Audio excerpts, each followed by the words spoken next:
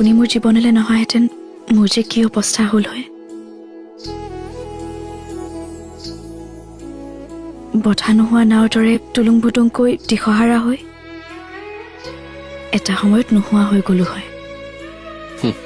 হয় নেকি? অঁ, আপোনাৰ বাবে আজি মই নিজৰ ভৰিত থিয় হ'ব পাৰিছোঁ। পঢ়া শুনা কৰি চাকৰি কৰিব নোৱাৰিলেও নিজে ভাল পোৱা ৰন্ধা বঢ়া কামটোকে ব্যৱসায় হিচাপে ল'বলৈ সক্ষম হৈছোঁ। মইতো তোমাৰ সাহসতে জীৱনটো আগবঢ়াই নিছোঁ। হাজাৰ বিপদ হ'লেও তোমাৰ সাহসেৰে সমস্যাৰ সন্মুখীন হ'ব পাৰিছোঁ।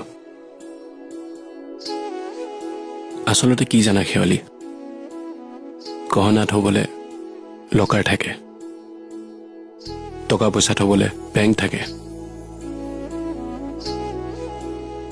মনৰ কথাবোৰ ক'বলৈ সঁচা আৰু বিশ্বাসী জীৱন সংগী পাবলৈ আজিৰ যুগত বহুত কঠিন। সেইকাৰণে মই ভাবোঁ যে এই ক্ষেত্ৰততো মই ভাগ্যৱান। মোৰ কাৰণে তুমি আছা। তুমি মোৰ ভাল লগা বেয়া লগা সকলোবোৰ কথা শুনাও আৰু বুজাও।